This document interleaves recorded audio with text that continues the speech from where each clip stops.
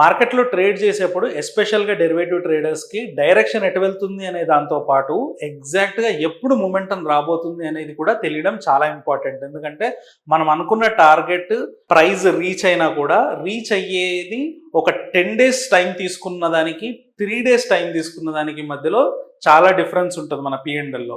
ఎందుకంటే మనం ఆప్షన్స్ని కొన్నప్పుడు ఆ ఆప్షన్ యొక్క ప్రీమియంలో టైం వాల్యూ కూడా ఉంటుంది కాబట్టి టైం వాల్యూ వొలాటిలిటీకి సంబంధించినటువంటి ఎలిమెంట్స్ ఆ ప్రీమియంని డికే చేస్తూ ఉంటాయి కాబట్టి మనం ఎగ్జాక్ట్గా మొమెంటం వచ్చినప్పుడు ట్రేడ్ చేసి మన ప్రైస్ టార్గెట్ హిట్ అయిన దానికిను ముందుగా ఎస్టిమేషన్ వేసి మనం తీసుకున్న తర్వాత 15 డేస్ 20 డేస్ తర్వాత టార్గెట్ వచ్చినప్పటికీ ఆ రెండింటి మధ్యలో చాలా డిఫరెన్స్ ఉంటుంది. 60% ఆఫ్ ది పిఎండ్ఎల్ డిఫరెన్స్ ఉండడానికి అవకాశం ఉంటుంది కాబట్టి చాలా ఇంపార్టెంట్ మనకి మొమెంటం వచ్చినప్పుడు ఎంటర్ అవ్వడము.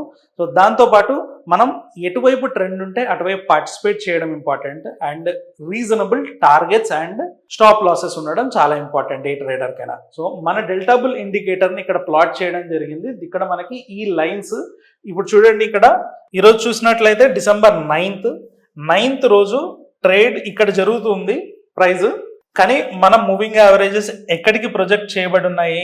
9th రోజు చూస్తున్నాం మనం, 19th రోజుకి మనకు ప్రొజెక్ట్ చేయబడి ఉంది. అంటే ఒక 10 డేస్ ఎహెడ్గా మనం పాస్ట్ డేటాని యూజ్ చేసి ఫ్యూచర్కి ప్రొజెక్ట్ చేయడం జరుగుతుంది. దీనివల్ల ఏమవుతుంది అంటే మనకి కొంచెం ఎర్లీగా సైన్స్ జనరల్ మూవింగ్ యావరేజెస్ లాగా కాకుండా మనవి లీడింగ్ ఇండికేటర్గా పనిచేస్తాయి.